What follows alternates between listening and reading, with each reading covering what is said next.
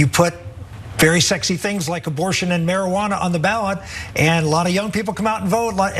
It was a secret sauce for disaster in Ohio. I don't know what they were thinking, but that's why I thank goodness that most of the states in this country don't allow you to put everything on the ballot, because pure democracies are not the way to run a country.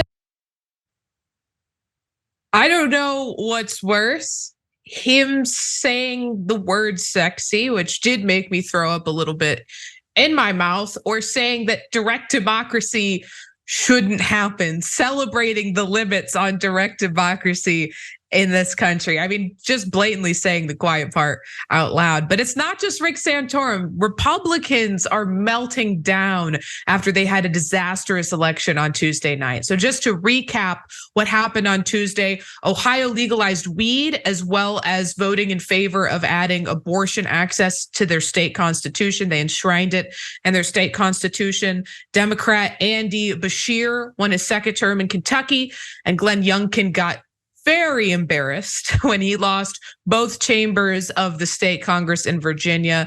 Reminder, Democrats had control of the Senate in Virginia. It was projected that they would maintain control of it. It wasn't as projected that they would also gain the House of Delegates in their state Congress. So big wins for Democrats in Virginia.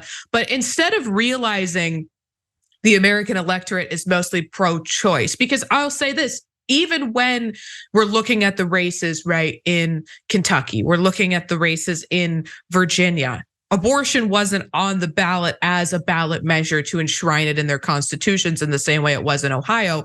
But Andy Beshear, as the governor in Kentucky, is standing in opposition to allowing the Republican-controlled state Congress, the state legislature, from passing extremely regressive abortion bans. And in Virginia, it was solely the Democrats in control of the state Senate preventing those same types of laws from passing in that state. So it was on the ballot in all of these states, even if it wasn't as obvious in some of the other ones as it was in Ohio. But instead of recognizing that abortion rights drives people to the polls, Republicans say the fight isn't over to strip women of their rights. They're doubling, tripling, quadrupling down on it. Now, here's a statement from Ohio House Speaker Jason Steven.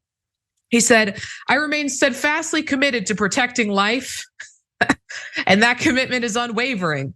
The legislature has multiple paths that we will explore to continue to protect innocent life. This is not the end of the conversation." Meanwhile, the blame game has started, one of Republicans' favorite games to play. Now, Daniel Cameron was the Republican who ran against Andy Beshear, and he was endorsed by Donald Trump. I know you know what I'm talking about, Jackson. But after Daniel Cameron's defeat, Trump said, "Not me, not my fault," and pointed squarely at Mitch McConnell. Here's the post he made. It says, "Daniel Cameron lost because he couldn't alleviate the stench of Mitch McConnell. I told him early that's a big burden to overcome. McConnell and Romney are kryptonite for Republican candidates. I moved him up 25 points, but the McConnell relationship was, quote, too much to bear.